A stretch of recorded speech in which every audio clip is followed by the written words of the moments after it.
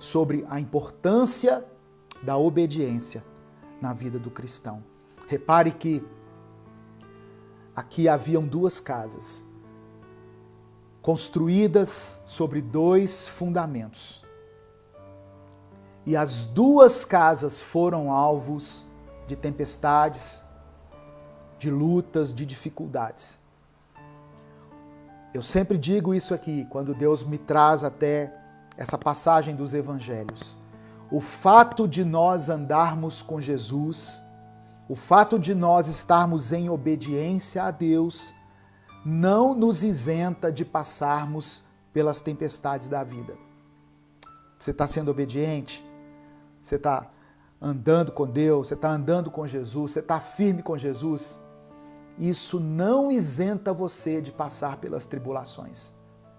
Tem pessoas que acham que se estiverem servindo a Deus, não vai acontecer nada de ruim com elas. Não é isso que a palavra diz. Jesus disse que no mundo nós teríamos aflições, mas que nós não desanimássemos, que nós tivéssemos bom ânimo, porque Jesus venceu o mundo. Ele venceu o mundo. Amém, meu irmão? Você está, sim, sujeito a passar por problemas. Vejam a quantidade de pessoas aí nos comentários pedindo oração. Servos e servas de Deus, fiéis ao Senhor. Muitas vezes mais fiéis do que eu e você. Fiéis nos seus dízimos, nas suas ofertas, nas suas obrigações.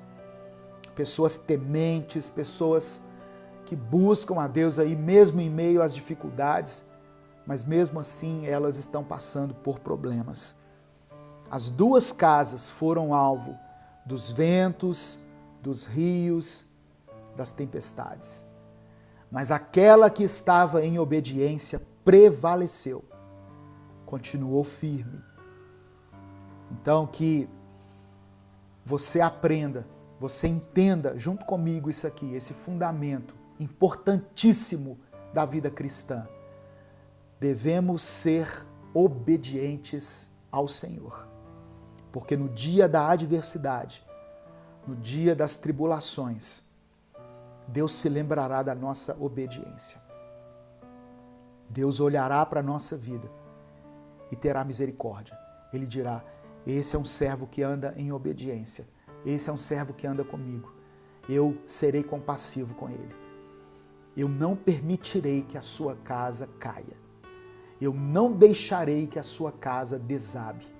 A sua vida, a construção da sua vida, a edificação que é o seu lar, ela vai permanecer.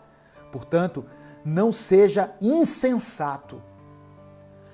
Não seja como alguém que somente ouve a palavra de Deus e não a coloca em prática. E eu falo aqui para muitas pessoas que têm vivido dessa maneira. Pessoas que vão aos cultos, que toda semana são ministradas, que recebem a palavra, mas que agem como se Deus não estivesse falando com elas. Você está agindo como uma pessoa insensata. Haja como alguém prudente. O que é ser prudente? É andar de acordo com o que a palavra de Deus nos diz. Você tem sido uma pessoa imprudente, você tem desprezado os mandamentos do Senhor. Muitas pessoas agem como se não houvesse amanhã, como se Deus não estivesse vendo elas. Fingem que são uma coisa, mas por trás estão com uma vida detonada pelo pecado. Então, seja prudente, seja sensato, que essa palavra que eu estou dizendo aqui, ela alcance muitas vidas. Por isso que eu peço para você compartilhar, que ela alcance muitas pessoas e que essas pessoas decidam no seu coração serem obedientes ao Senhor. Amém? Eu quero complementar essa palavra com uma outra leitura aqui, que está no livro de Tiago. O apóstolo Tiago, ouviu certamente essa pregação de Jesus lá no monte e depois escreveu uma carta, escreveu algo que ratifica, que afirma esse ensinamento. Tiago, capítulo 1, do verso 22 ao verso 25. Livro de Tiago, capítulo 1, do versículo 22 ao verso 25. Olha o que Tiago escreveu. Sejam praticantes da palavra e não apenas ouvintes, enganando-se a si mesmos. Muitas pessoas nesses tempos têm ouvido a palavra, mas não têm praticado. E aí Tiago continua o seu raciocínio, baseado nas palavras de Jesus, verso 23. Aquele que ouve a palavra, mas não a põe em prática, é semelhante a um homem que olha a sua face num espelho. Olha Tiago aqui usando uma outra figura de linguagem, explicando de uma outra forma aquilo que Jesus já havia dito. Aquele que ouve a palavra e não pratica é como uma pessoa que se olha no espelho e depois de olhar no espelho, de olhar para si mesmo, sai dali, mas logo esquece a sua aparência. E o verso 25, mas o homem que observa atentamente a lei perfeita, que traz a liberdade e persevera na prática dessa lei, não esquecendo o que ouviu, mas praticando-o, será feliz, será bem-aventurado naquilo que fizer. Jesus usou uma figura de linguagem que era uma construção, onde ele falou de uma casa construída sobre a rocha e outra sobre a areia. Tiago já usou um espelho. Olha o que ele falou. Aquele que ouve a palavra e não pratica é como alguém que se olha no espelho. Quando você olha no espelho, não tem como você não ver a sua própria imagem refletida.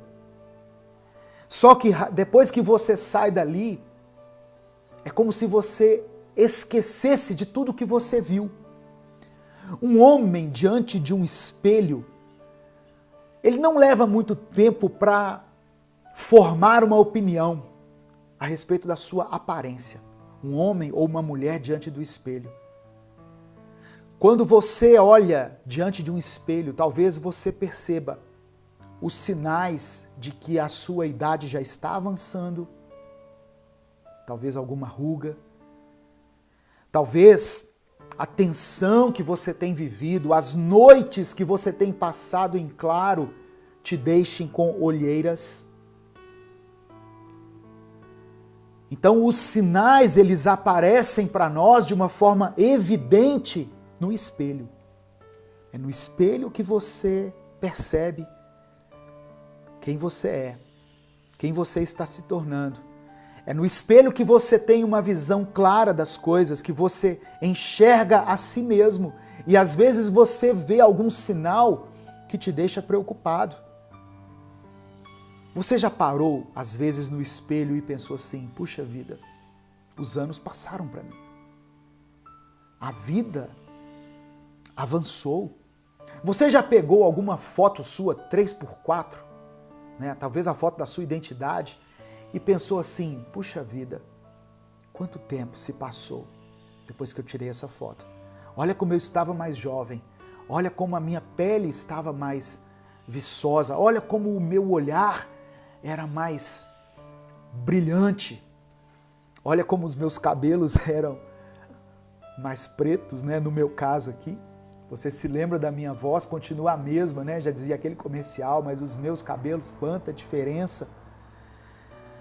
Então, diante de um espelho, as pessoas deveriam se preocupar, deveriam voltar para dentro de si mesmas e pensar seriamente em como elas têm conduzido a sua vida e em como elas poderão melhorar diante dos anos que ainda virão. Porque muito mais do que olhar para o passado, refletir sobre o passado, sobre os nossos erros, sobre alguma conduta inadequada que nós persistimos em ter, nós deveríamos olhar no espelho e traçar uma meta, um objetivo de sermos pessoas melhores daqui para frente. Só que as pessoas olham no espelho, veem tudo isso que eu falei aqui, mas depois elas saem dali e elas prontamente perdem o seu interesse na sua aparência. Talvez elas até queiram esquecer de alguns aspectos que são indesejáveis. Tem gente que evita subir na balança, porque sabe que a balança vai denotar, vai apontar ali que ela está acima do peso. Tem gente que evita fazer exames médicos, evita fazer um check-up anual, que deveria fazer, porque sabe que ela tem a possibilidade de descobrir uma doença que está se desenvolvendo nela. Mas isso não é bom, irmãos? Descobrir uma doença que ainda está em desenvolvimento? Não é melhor do que você descobrir uma doença que já está numa etapa avançada, na qual você não pode mais curá-la? Então pense nisso. A palavra do Senhor, ela nos coloca como se fosse diante de um espelho. Ela nos faz olhar para dentro de nós mesmos. Infelizmente, a igreja adotou uma postura na qual ela só enxerga o outro, na qual ela vê os defeitos do outro.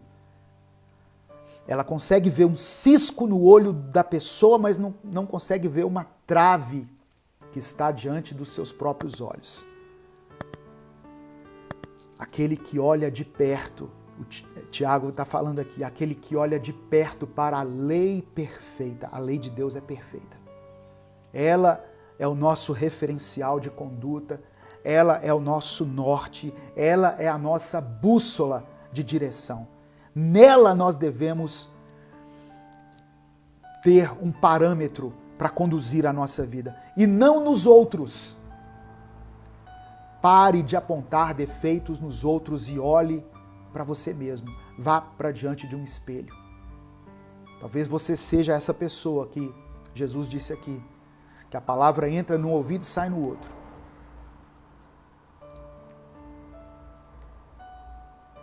O que é ser praticante da palavra? O que é, pastor, ser obediente à palavra de Deus? A primeira coisa, não é meramente ser uma pessoa religiosa. Uma pessoa que, porque eu tenho um cargo na igreja, então tá tudo certo. Não, não é isso que eu estou falando. Não é fazer parte de uma denominação. Quando você chegar no dia do juízo, no dia da sua morte, ou se Jesus voltar antes, não adianta você ter a carteirinha de membro da igreja na mão, que isso não vai resolver nada. Não é fazer parte de uma denominação. Ser praticante da palavra não significa somente frequentar cultos, frequentar missas. Não é isso. É importante congregarmos, nos reunirmos, sim, é importante. Mas isso não significa que você está sendo praticante da palavra. Só para citar alguns exemplos aqui, porque esse estudo levaria muito mais tempo, mas para citar alguns exemplos aqui de como nós devemos proceder em obediência à palavra de Deus, porque nós ficamos muito presos, irmãos, a alguns conceitos que foram transmitidos a nós e nós achamos que só isso basta. A pessoa olha para si mesma e fala assim, uai, pastor, eu não bebo, eu não fumo, eu não mato, eu não roubo ninguém, eu não traio minha esposa, meu marido, eu não ouço música do mundo, então tá tudo certo. Mas como eu disse, a palavra do Senhor é o nosso norte, é o nosso referencial, e o Espírito Santo é aquele que nos mostra em quais aspectos da nossa vida nós devemos mudar.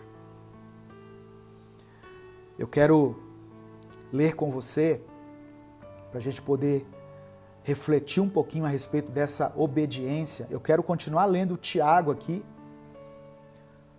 Tiago capítulo 1, do verso 19 ao verso 21. Olha o que ele diz. Amigos, não se esqueçam. Aprendam a ouvir primeiro e a falar depois, e não deixem que a ira tome o controle. Quem se deixa dominar pela ira não faz a vontade de Deus. Quem se deixa dominar pela ira não faz a vontade de Deus. Você é uma pessoa briguenta? Você se ira facilmente em qualquer situação? Você deixa que a ira domine as suas ações? Você não está fazendo a vontade de Deus. Você não está andando em obediência. Dê lugar ao Espírito Santo. O Espírito Santo nos dá paciência, nos dá mansidão, nos dá humildade, sabedoria, nos faz andar de acordo com a vontade de Deus. Mas se você deixa que a sua carne domine as suas ações, e principalmente aqui nesse caso, a ira, você está fora da vontade de Deus. Então a primeira coisa aqui, olha, que eu fui levado, a examinar aqui nas Escrituras, e quando eu chego a pregar aqui para você, é porque a palavra falou primeiramente comigo, falou ao meu coração. Não se deixe dominar pela ira. Quem é vencido pela ira não está fazendo a vontade de Deus. Tiago capítulo 1, versículos 26 e 27. Eu estou lendo aqui a versão da Bíblia chamada A Mensagem, tá? Por isso que ela é um pouquinho diferente da que você tem aí em suas mãos. Tiago capítulo 1, versículos 26 e 27. Qualquer um que se considere religioso, e aqui religioso está entre aspas, e fala demais, está se enganando. Esse tipo de religião é mera conversa fiada. Religião de verdade, que agrada a Deus, o Pai, é esta: cuidem dos necessitados e desamparados que sofrem e não entrem no esquema de corrupção do mundo sem Deus.